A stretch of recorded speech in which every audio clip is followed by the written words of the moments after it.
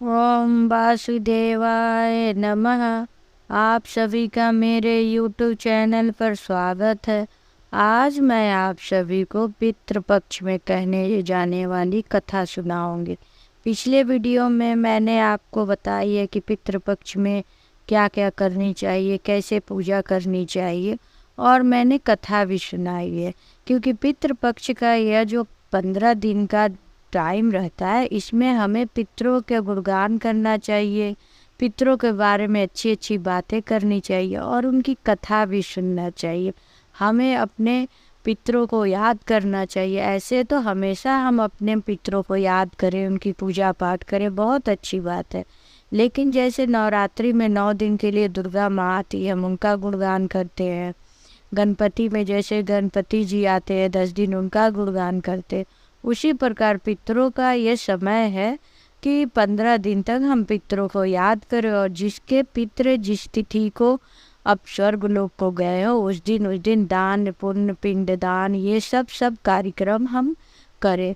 तो इसी क्रम में मैं आप लोगों को कथा सुना रही हूँ, और मैं आप लोगों को बता रही हूँ कि हम अगर पितृपक्ष में कथा सुनेंगे तो हमारे पितर कहीं ना कहीं प्रसन्न होंगे, हमें आशीर्वाद देंगे।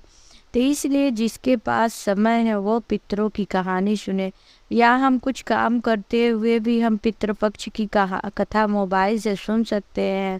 तो इसलिए हमें कोशिश करनी चाहिए कि यह 15 दिन हम पितृपक्ष की पूजा पाठ, उनकी ध्यान और कथा सुने। आइए इसी क्रम में मैं आगे की कथा आप लोग को सुनाती हूँ।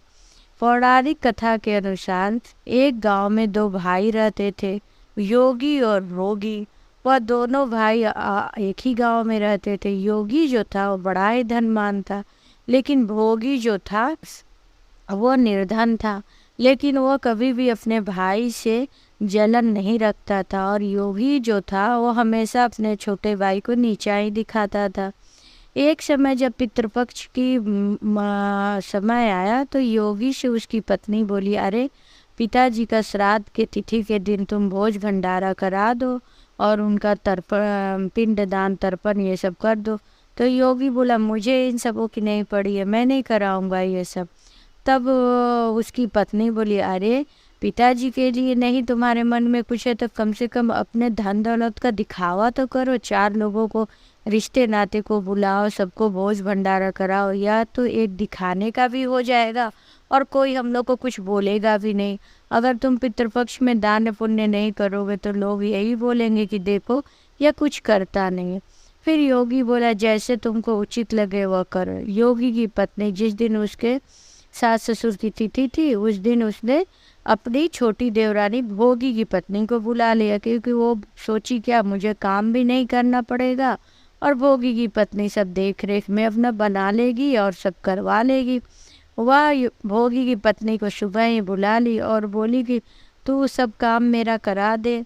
वो जेठानी का बात मानती थी और साथ मिलके सब तरह तरह का व्यंजन बना, सब चीज़ बना, मिठाई फल मूल सब हुआ और बना के फिर उसको तो बहुत देर हो गया, दोपहर का टाइम बीतने लगा। वो दौड़ी दौड़ी अपने घर आई। फिर उसने जल्दी जल्दी सास ससुर की पूजा की है पितरों का, और उसने अगियारी कर दिया। इधर क्या हुआ, जब पितर दोपहर के समय में उतर के आए, बोले चलो आज तो हम अपने बेटे के यहाँ अच्छे अच्छे स्वादिष्ट भोजन खाएंगे और तृप्त होंगे। वो योगी के घर गए तो देख रहे हैं क्या, वहाँ तो सब पहले ही से खाना खा रहे हैं, खाना जूठा पड़ा हुआ है। उसके ससुराल के सारे लोग खाना खा रहे हैं, उसके मित्र खाना खा रहे हैं, और सब हंसी मजाक में लगे हुए थे। पितरों को देख के अच्छा न लगा और वहाँ से चल दिया और आ गए भोगी के घर। भोगी के घर आए तो देखे कि अगियारी करके भोगी ने बस 1 लोटा जल रख दिया है। वह बोलने लगे, भोगी की के पास तो सामर्थ्य नहीं। वह अगियारी का राख चाट के नदी के तट पे चले गए। कुछ देर बाद वहाँ सभी पितर इकट्ठे हुए और अपने अपने बेटों का गुणगान कर रहे थे कि मेरे बेटे ने तो हलवा पूड़ी बनाया था, मेरे बेटे ने तो मिठाई खिलाई, मेरे बेटे ने तो मेरे लिए ये रखा था। तब उसी में से किसी ने पूछा, अरे आप लोग क्यों नहीं बोल रहे हैं? तो बोले, अरे मेरे तो 2 पुत्र हैं, योगी और भोगी। योगी जो है इतना संपन्न है कि उसने हमें पूछा ही नहीं, और भोगी के पास कुछ था ही नहीं कि हमें खाने को दे। वो तो अगियारी का राख चाट के हम लोग आ गए हैं। अगर हमारे भोगी के पास धन दौलत होता तो वो जरूर हम लोग को अच्छी भोजन कराता। ऐसा सोच के दोनों पितर लगे गुणगान कर रहे, भोगी के घर धन हो जाए, भोगी के घर धन हो जाए। फिर ऐसा बोलने लगे। तब तक इधर क्या हुआ कि उसकी पत्नी कमरे में लेटी हुई थी, तो उसके बच्चे परेशान कर रहे थे कि अरे माँ कुछ तो खाने को दे दो, कुछ तो खाने को दे दो। उन लोगों को लग रहा था कि उसकी बड़ी अम्मा के घर से अम्मा कुछ ज़्यादा खाना अच्छा अच्छा लाई होगी, लेकिन उसकी जेठानी ने उसे कुछ ना दिया था। तो वह मन ही मन दुखी हो के बोली, जा आंगन में एक घड़ा पड़ा है, देख ले, जो हो खा ले उसी में से। बच्चे दौड़े दौड़े गए, वो जानती थी उसमें कुछ नहीं है, फिर भी बच्चे दौड़े गए, ढक्कन हटाते देखे तो पूरे सोने चांदी से घड़ा भरा हुआ है। तो दौड़ के माँ के पास गए, बोले माँ माँ चल, घड़े में तू क्या लेके आई है, इतना चमक रहा है। वो दौड़ के आई तो देखी तो उसमें स्वर्ण मुद्राएं भरे पड़े हैं, एक में वो हीरे भरे हैं, एक में चांदी भरे हैं। अब तो देख के एकदम आश्चर्यचकित हो गई, लेकिन उसको समझते देर ना लगी कि आज पितृपक्ष का दिन है, हमारे पूर्वज के आशीर्वाद से हमें धन प्राप्त हुई है। फिर उसके यहाँ खूब अच्छे मकान बन गए, खेती बाड़ी हर धन दौलत से परिपूर्ण हो गया भोगी।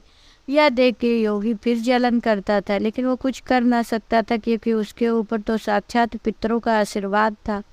फिर दूसरे साल जब पितृपक्ष आया तो भोगी की पत्नी ने धन का बिल्कुल घमंड नहीं किया। उसने बड़े ही विधि विधान से और बहुत ही अच्छे भोजन बना के अपने पितरों के दिन, जिस दिन था पितृ का तिथि, उस दिन पंडित को बुला के पूजा पाठ कराई और खाना दान उपदान सब चीज वो की। उनके पितर आए तो खाना खा के तृप्त हो गए और उन्होंने भोगी को बहुत आशीर्वाद दिया कि तुम दिन दुना रात चौगुना बढ़ो।